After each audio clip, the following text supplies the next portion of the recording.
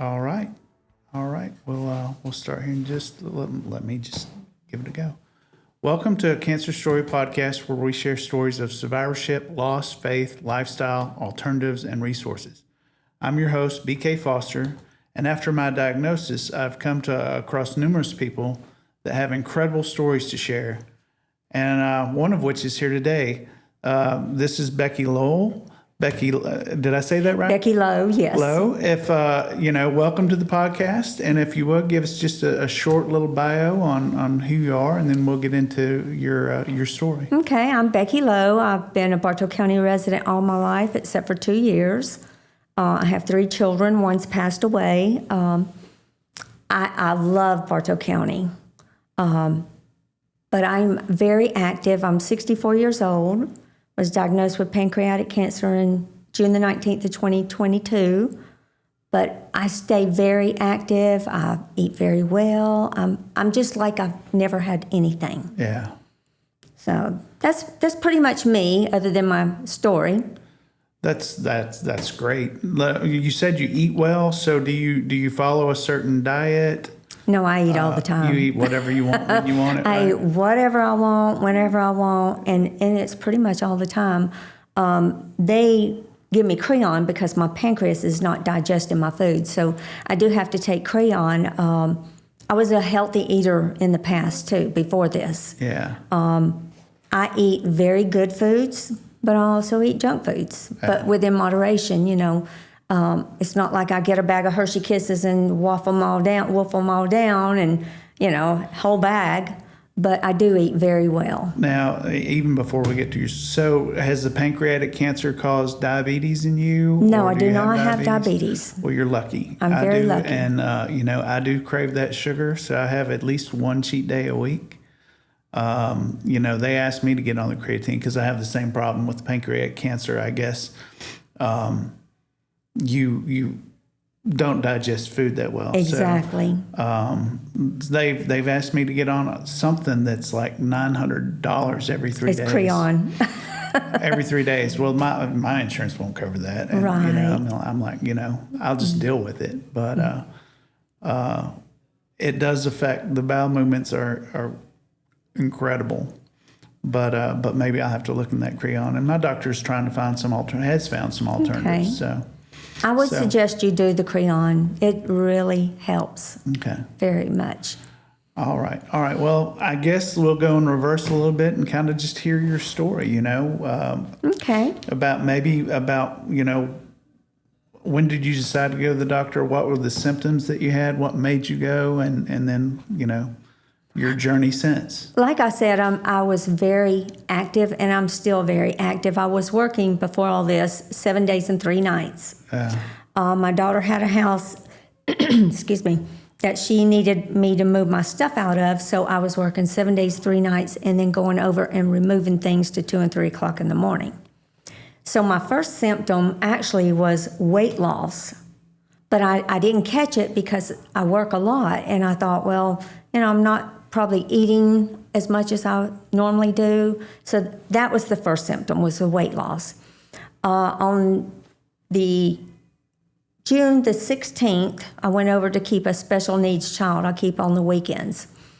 And perfectly healthy, nothing wrong with me. On June the 17th, I woke up and I looked in the mirror and I thought, wow, you look a little yellow. And I thought, okay, it's just me. It's all the background here, poor lights and all. So I went up front and I asked Barbara, I said, Barbara, what color do you think I am? And she looked at me and she said, well, you look yellow. Now, I'm going to back up just a moment to May the 15th of 2013, because that day I donated my left kidney to my cousin. And on May the 26th of 2022, I went to my kidney doctor, and he actually said everything was perfect, nothing wrong with my blood work whatsoever, nothing. I weighed 130. Exactly 4 weeks later, I'm in the hospital with pancreatic cancer. So the first sign was the weight loss. The second sign was the turning yellow. Had it not been for me donating my kidney back in 2013, I would have said, oh, you're just a little yellow today. Tomorrow you won't be. I would have just brushed it aside. But because of the kidney, I thought, oh, my kidney, it's not doing good. So I called my kidney doctor. He got me in there, did some blood work, and then on the 19th, he called me and he said, get to the emergency room. Your liver enzymes are 385. And I said, this was at 4 o'clock in the day, and I do wildlife rehab. I have animals, and so I thought, I got a lot of things I got to do. Yeah.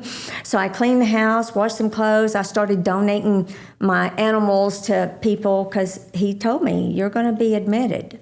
So I went to the emergency room at 11 o'clock at night. When I got all my stuff done, I went to the emergency room.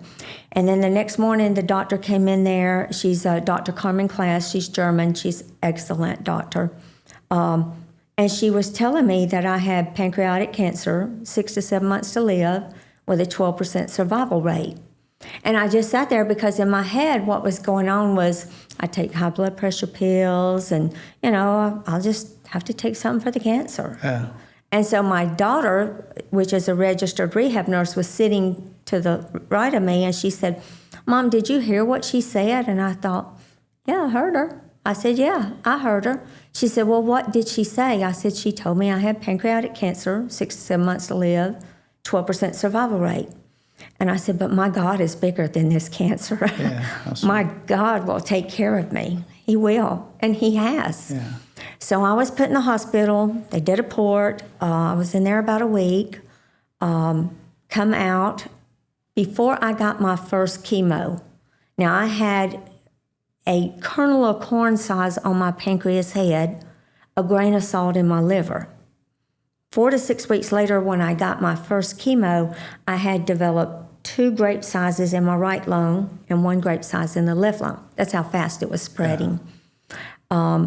To this day, I'm almost 2 years out. The tumors are gone, but the cells are there. So I have to take Creon to digest my food, and I have to take chemo every 2 weeks, no matter what. Okay. That's to keep the cells from growing. But in the long picture, what we don't see, the big picture, God sees the big picture, but we don't see it. My kidney transplant is what saved my life. Had it not been for the kidney transplant, I would have never went to the doctor because I would have said, I'm going to be okay. Yeah. But I was shown different, but still I'm good. I started out with 4 different chemos. My doctor said she's going to hit me and she's going to hit me hard. And she did. She knocked me down to 94 pounds. Wow. And then she took me off the oxaliplatin and one other one. I'm on 2 right now. I'm on rinotecan and a Y5 something. I'm on those 2 right now. I had that one on my first one, and I think I'm on the ret or whatever. Rinotecan. I think I'm on that right now. Yeah. But, I've just been blessed, totally blessed. I eat very well. I ate very well before all this took place. And I eat a lot of good foods. I do eat some bad foods. Life is short. We're here to enjoy life. We're not here to be miserable and, succumb to the cancer. The cancer, we're all going to die one day. Right. Whatever my day is, God knows. Nobody else knows. The doctors don't know. They gave me 6 to 7 months to live. Had I just listened to the doctor, I probably would have went home and laid on the bed and did nothing more. Yeah. But I didn't listen to the doctor because I knew my God was bigger. And I said, life is worth living. Let's just get up and live. And when it comes that time, then it comes that time. But I've been blessed. I've been truly blessed. Yeah, that's amazing. Mm-hmm. I love your outlook on it. I was told you had a very powerful outlook, and I think you do. I think there's a lot of things we share. What are some of the downsides? Have you noticed? Because fatigue on this round is just, it's knocking me out. It's knocking me for a loop right now. Fatigue is there. Like I said, I'm very active. I work 3 days a week, Friday, Saturday, and Sunday, and then I clean 2 houses every other week. Then I do the chemo every other week, take the pump off. I come home with the pump, and I take it off. It's supposed to be took off on Friday. I wear it an extra day so I can take it off on Saturday. I have grandkids to keep on Friday. I'm not worried about this chemo. I'm not worried about the pump. I'm not worried about none of that stuff. I mean, my whole outlook is positive. Yeah. Your brain is a very powerful tool. And if you tell your brain you're sick, you're going to be sick. You know, if you tell the fatigue, Right. you know, if you say, yes, I know I'm tired, but I got this to do, and you get up and do it, you realize you wasn't quite as tired as you thought you were, you know. But the downsides, like you said, is fatigue. When I overdo it, I can tell you when I overdo it because I'll lay down and I'll sleep. It'll be nonstop sleep. Yeah. And that's when I know I've overdone it. Some of the other side effects is the mouth sores. I don't know if you get the mouth sores. I haven't had those yet, no. Well, I get the mouth sores, but they give me this stuff called Magic Mouthwash. It's got lidocaine in it. Yeah. And it's like going to the dentist and them numbing your mouth. So I've learned to use a Q-tip and put it on the sore versus numb my whole mouth. Right. The nausea right after I have chemo, usually I'm nauseated for a day. Yeah. Sometimes 2 or 3 days. You know, it just depends on what's going on in my life. If there's more stress in my life, there's more nauseation, however you say the word. But, you Works know, for me. it matters what's going on in your life. It does matter, you know. Yeah, luckily I haven't been nausea yet. You know, I mean, I think I've gotten sick once. Good. You know, but on the other side of it, you know, on the back end, it's been, you know, a challenge. Yeah. What are some of your challenges? You said fatigue, and what? Fatigue. So the neuropathy okay. is gotten me. You know, I can't feel my hands or my feet from the knee down. I can't feel my legs. Right. When I say you can't feel, it's like it's asleep. Numbness, you can, but right. you can't. Exactly. And I'm going. I found somebody in Woodstock. I found a Woodstock Health Institute that's dealing with that. Good. So, you know, those are my biggest challenges is the bowel movements and the bowel movements, because I take the Lowe. I take it twice a day, once in the morning, once at night. That controls that. If I'm having worse spells during the day, I'll just take another pill for it. It just helps me to stay solid versus diarrhea. right. The mouth sores, the fatigue, the solidness. Sometimes I have headaches. They give me compazine, which is a nauseating pill for nausea. They give me compazine and Benadryl mixed together. That will knock that headache right out. Yeah. I mean, it's just weird. What they tell you is that everything, every symptom that you have, any problem that you have, let us know because we have a solution to it. You know. And so far, you know, the dropping down to 94 pounds, my daughter's like, she's not going to die of cancer, she's not going to die of chemo, but she's going to die of malnutrition if you don't do something. Yeah. Then's when they took me off that oxaliplatin. And, you know, when you're eating food and it tastes like cardboard, you don't want to eat it. But your body needs the nutrients to fight this chemo and the cancer. You know, you need to, whether you want to eat or not, you need to eat. You know, even if it's just a few bites here and a few bites there, you know, a few bites, you know, because you don't want to eat it. Cardboard tastes pretty good to me now. Right. Well, I mean, eating's never been my problem. Eating is something. Well, the day after chemo is my worst day. You know, I really don't want to do anything that day. I don't want to eat. It wipes you out. I don't want to get out of bed. You know, I couldn't this last week. I mean, I was in bed. I got home Monday from chemo, and I stayed in bed till Wednesday morning. And that's not me. Right. You know? You're going to have to make yourself get up. And, well, I did to go to the bathroom. And you know how that is, right? But yeah, I mean, it's just, I just couldn't. And, you know, I've done some things, you know, I did some things the weekend that kind of, I think I overdid it before I went to chemo, and it just really knocked me out. What I can suggest on that, the day before chemo is if you can get plenty of rest, eat very well, and drink lots of fluids, Yeah. it really helps the chemo. They also tell me to take a bottle of Pedialyte for the next 3 days after chemo and drink at least 1 bottle of Pedialyte a day. And that's to help to wash it out, Right. because it only works so long and then it starts coming out. I don't know if you realize that your tongue gets a thick mucus on it. It does. That is the dead cells coming out of you. Yeah. So I brush my teeth a lot and I brush my tongue a lot to try to get that off. It's like I got a bad sinus infection. Yeah. But that's what my daughter calls sloughing. Sloughing. I'll have to And look that's that your dead cells are coming out. Okay. That's what she calls it. She's a registered rehab nurse, so they call things certain things. Yeah. So that might be the official name, sloughing. Sloughing. Who knew? We're going to slough these cells out of our body. Yeah. Yeah. Well, you've been very thorough. Is there any advice for somebody that's new to the cancer that you'd like to give? The advice I would give to somebody is, yes, listen to your doctor, but no, don't listen to your doctor. And I know that sounds like a double-edged sword. I mean, your doctor's there to help you and to try to cure you or get you through as much as possible. But my doctor had said I couldn't eat any fruits and vegetables. And the reason being is the vegetables come out of the ground, they might not be washed enough, and I might get, what is it called? E. coli. Yeah. The fruits have pesticides on it. We have no immunity right after we have the chemo. We have no immunity. Right.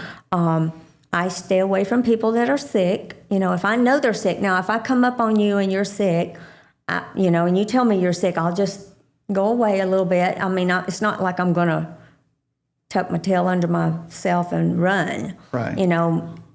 Like I said, God made this world for us to enjoy.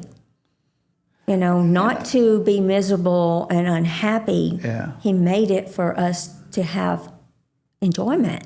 Yeah. I agree with that 100%, but I'm a hugger. And I'm a hugger too. I noticed that when we met, and I've got friends that aren't. I've got friends that are trying to learn. My youngest daughter's not a hugger. But, I can't change that. No. If I see somebody out, I don't care if I've just had chemo or not, they want to hug, I'm going to hug them. Yes. Like you said, I put it in God's hands. I'm not going to change. And I do. What I have changed is I will be more selective about being around crowds. Right. Because I see a lot of people. And, there's a lot of people in this town that know me. I love Cartersville. Cartersville's taken me in. And, I'm not going to say, hey, no hugs today. No. I hug people. I still hug people. But if, like the other day, I went to my nephew's house to give him some things, and he opened the door, and I said, "Oh, you don't look well." He said, "I don't feel good." I said, "Here you go. I got to go." I gotta go. I love people. I do love people. So I haven't changed in that aspect at all. I'm going to be a hugger for the rest of my life. Well, I absolutely love your faith. I love your story, and thank you for sharing it. Thank you so much for inviting me. I really appreciate you taking the time out to be with us today. I do want to say that, Becky, I loved your story, and thank you again. I hope to God, if you found value in today's message, please subscribe to a Cancer Story podcast. Also, check out our website, bkfoundation.com, where you can browse our merchandise and become part of our community. And I'd just like to thank you again for being here. And well, thank you for inviting hopefully me. We'll see you soon. If anybody wants to reach me, I'm Becky Lowe on Facebook. It'll say pool up underneath it. But I'm open to the public, so if anybody has any questions or just want to talk, 3 o'clock in the morning, you're feeling bad, I'll answer the phone. Well, I appreciate it. And I hope people find that resource, because I believe you are very much a resource. Thank you so much. So thank you, Becky. I really appreciate it. Yeah. Very good. And I have just one question. What's that? You have been so positive. Was there any time where you weren't? Never. Never. When I was diagnosed, are we still recording? Yes. Okay, when I was diagnosed, before that, I lived from paycheck to paycheck. I would have been worried to death where my bills were going to be paid.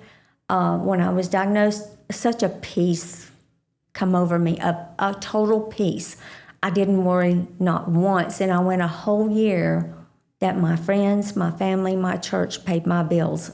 I didn't worry at all. You know, I have never doubted that God would not take care of me, never once in my whole entire life. You know, I know he's there. I know we can't see him. I know we can't put our hands on him. We can't hug him. Right. But still, he's there, and he's took care of me. So, you know, I know there's non-believers out there, and that's their right. You know, I'm not trying to force anything on anybody, but I know my God takes care of me. But I've never had a doubt, not once. Never have I said, why me, Lord? Why me? You know, why not me? You could have it. You're just as good as I am. You know, he's got it. He's just as good as I am. You know, so why not me? You know, God wants me to tell people that he's there. He will take care of you, but you got to trust him. It can't be one day you trust him, the next day, why me, Lord? You gave me this. You don't love me no more. He loves unconditional. So no, never that. She's an angel with monsters in her mouth. Every morning,